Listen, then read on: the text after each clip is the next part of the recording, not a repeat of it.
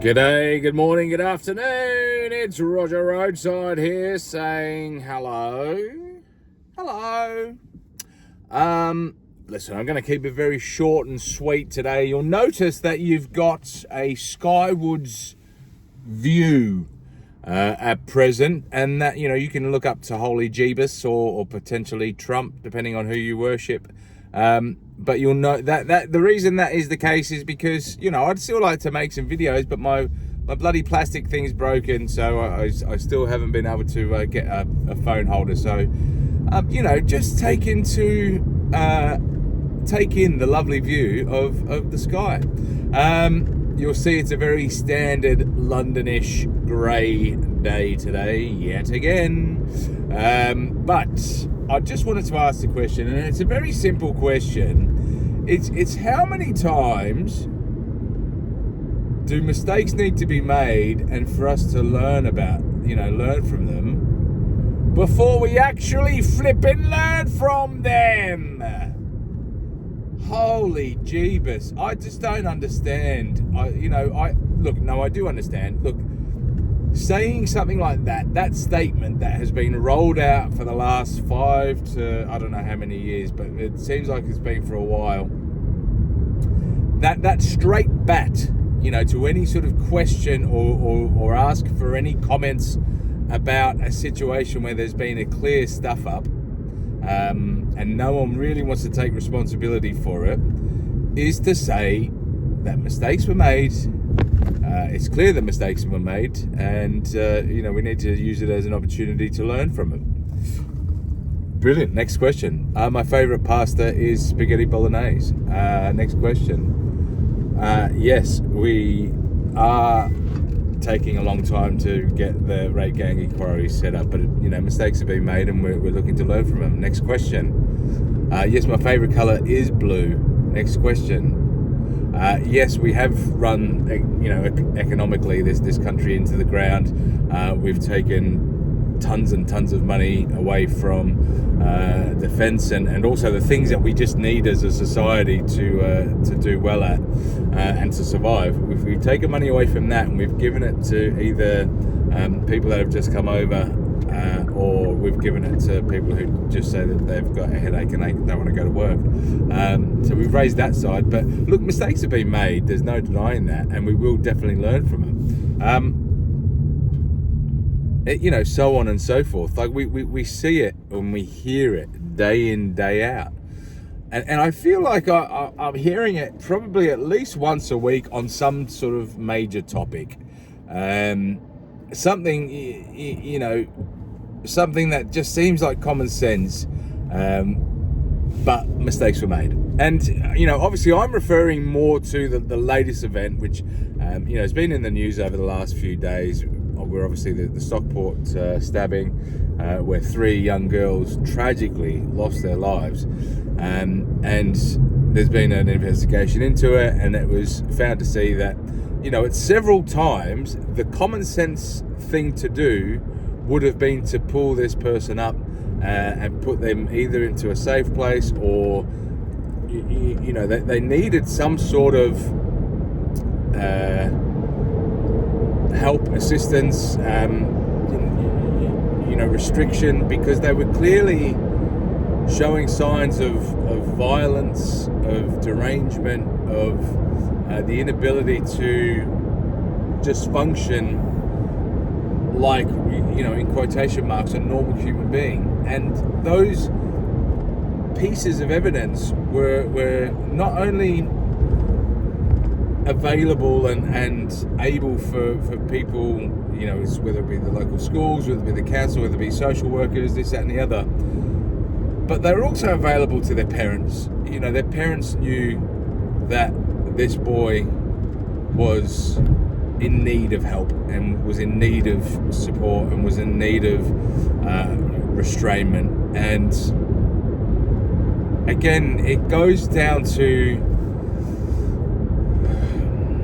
it's a really difficult thing to say, because now I'm a new parent. I've got a little 1-year-old boy, so I tried now to, I've got something to sort of put it into context with, because I imagine my little boy showing those signs and doing those things, later on in life, and what I would need to do to do the right thing. And it's a difficult decision because I get it. They're your boy. You love them unconditionally, and you don't want to be the person that causes them any harm. But if they've got something not right about them, or if they've got the ability to potentially hurt other people, I think regardless of the fact that they're your son or your daughter, you've got the moral right, you've got the moral duty, I should say, to do something about it. And from the parent side of the fence, it's really tough, but I think that they failed the community, they failed the society, they failed, not only did they fail them, but they failed the parents of those 3 girls, and obviously also the other kids that were tragically hurt in that incident. And if I'm brutally honest, I believe that it's really difficult to say, but I believe that they need to be brought to some sort of justice. But then not only just them, the ones that I think failed us the most were the other people in other organisations, the council, the police, the teachers, the school, everyone else that had prior knowledge of this human being, and what he was potentially capable of, and his violent tendencies, and all of the above. For them not to do anything, most likely because they didn't want to be seen or deemed as racist, I think is a sheer indictment on the world that we've created around us, where everything is now so PC and everyone's so scared of doing anything and being cancelled for fear of being called a racist or this, that and the other. It's just tragic. It's absolutely tragic. Those 3 girls died. They didn't have to die. Those 3 girls lost their life.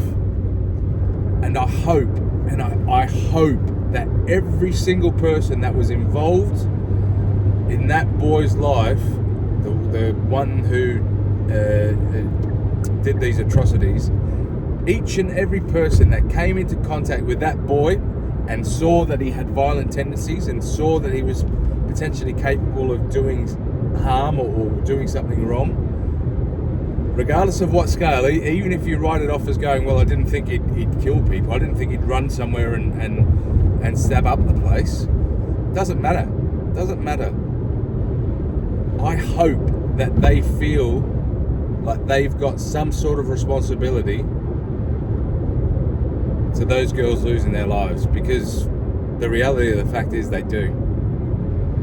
Whether you were one of his teachers, one of his social workers, one of the council, one of the police, one of the neighbours, whoever who came into contact with that lad and knew that there wasn't something quite right, and they did nothing about it, you played a part in those 3 girls losing their life.